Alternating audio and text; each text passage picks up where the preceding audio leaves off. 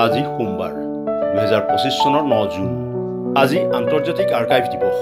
ইতিহাস, সংস্কৃতি আৰু পৰিচয় সংৰক্ষণৰ লগতে ভৱিষ্যত প্ৰজন্মৰ বাবে তথ্য আৰু ঐতিহ্য সুৰক্ষিত কৰাৰ ক্ষেত্ৰত আৰ্কাইভে লোৱা গুৰুত্বপূৰ্ণ ভূমিকাক উৎসাহিত কৰাৰ উদ্দেশ্যে প্ৰতি বছৰে 9 জুনত আন্তঃৰাষ্ট্ৰীয় আৰ্কাইভ দিৱস উদযাপন কৰা হয়। উভতি চাওঁ ইতিহাসত আজিৰ দিনটো। জৰ্জ ষ্টিফেনছনৰ জন্মদিন। 1781 চনৰ 9 জুনত ইংলেণ্ডৰ নৰ্থাম্বাৰলেণ্ডৰ ৱাইলামত জন্ম হৈছিল ৰেলৱেৰ পিতৃ হিচাপে পৰিগণিত প্ৰথম ভাপচালিত ইঞ্জিনৰ ডিজাইন আৰু নিৰ্মাণ কৰা ব্ৰিটিছ অভিযন্তা আৰু উদ্ভাৱকজনৰ। কিৰণ বেদীৰ জন্মদিন। 1949 চনৰ 9 জুনত পঞ্জাৱৰ অমৃতসৰত জন্ম হৈছিল ভাৰতৰ প্ৰথম মহিলা IPS বিষয়া, bureau of police research and ডেভেলপমেণ্টৰ সঞ্চালক প্ৰধান তথা পুডুচেৰীৰ লেফটেনেণ্ট গভৰ্ণৰ হিচাপে কাৰ্যনিৰ্বাহ কৰা ৰমন মেগছেছে বঁটাৰ উপৰি ৰাষ্ট্ৰসংঘৰ মেডেল আৰু ৰাষ্ট্ৰপতিৰ আৰক্ষী মেডেলেৰে সন্মানিত সুদক্ষ আৰক্ষী বিষয়াগৰাকী। চাৰ্লছ ডিকেন্সৰ মৃত্যু। 1870 চনৰ 9 জুনত 58 বছৰ বয়সত ইংলেণ্ডৰ কেণ্টৰ হাইহামত মৃত্যু হৈছিল Oliver Twist, a Christmas Carol, a tale of two cities আদি কালজয়ী সাহিত্যৰ স্ৰষ্টা, ভিক্টৰিয়ান যুগৰ শ্ৰেষ্ঠ ঔপন্যাসিক বুলি গণ্য কৰা ইংৰাজ ঔপন্যাসিক, চুটিগল্প লেখক আৰু সমালোচকগৰাকীৰ। বিৰছা মুণ্ডাৰ মৃত্যু।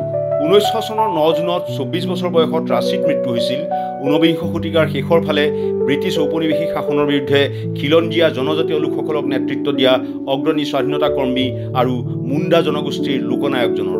MF হুছেইনৰ মৃত্যু।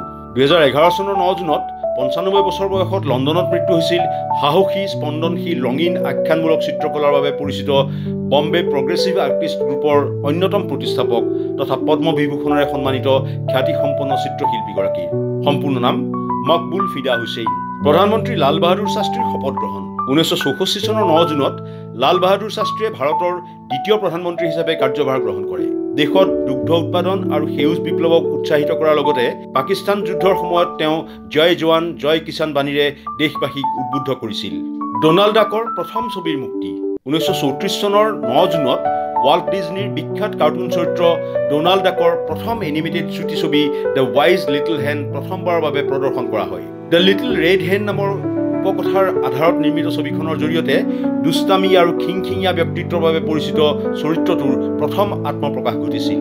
জুৰাছিক পাৰ্কৰ বিশ্ব প্ৰিমিয়াৰ। 1993 চনৰ 9 জুনত ৱাশ্বিংটন ডিচিত ষ্টিভেন স্পিলবাৰ্গৰ পৰিচালনাত নিৰ্মিত বিখ্যাত কল্পবিজ্ঞান ছবি জুৰাছিক পাৰ্কৰ বিশ্ব প্ৰিমিয়াৰ অনুষ্ঠিত হয়।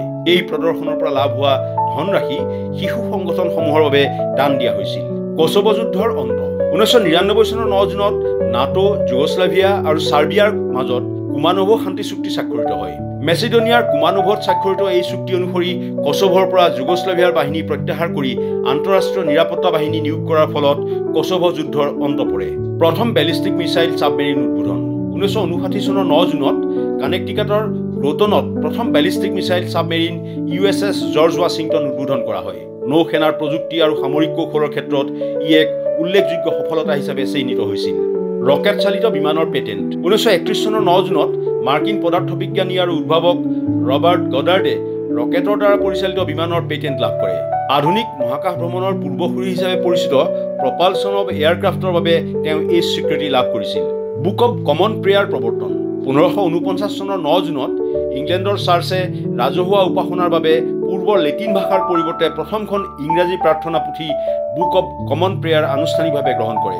আৰ্কবিশ্বপ থমাছ ক্ৰেনমাৰে স্থানীয় ভাষাত উপাসনাৰ সুবিধাৰ প্ৰদানৰ উদ্দেশ্যে এই গ্ৰন্থখন লিখি উলিয়াইছিল। ফিলাডেলফিয়া স্পেলিং বুকৰ কপিৰাইট। 1790 চনৰ 9 জুনত ফিলাডেলফিয়াৰ প্ৰটেষ্টেণ্ট এপিস্কোপাল চাৰ্চৰ ফ্ৰী স্কুলৰ শিক্ষক জন বেৰীয়ে ফিলাডেলফিয়া স্পেলিং বুক নামৰ গ্ৰন্থৰ কপিৰাইট লাভ কৰে। 1790 চনৰ 31 মে'ত প্ৰণয়ন কৰা কপিৰাইট আইন অনুসৰি আমেৰিকাত কপিৰাইট লাভ কৰা এইখনেই আছিল প্ৰথম কিতাপ। ব্ৰিটিছ মাৰাঠা শক্তিৰ আগত ফৰাচীৰ আত্মসমৰ্পণ।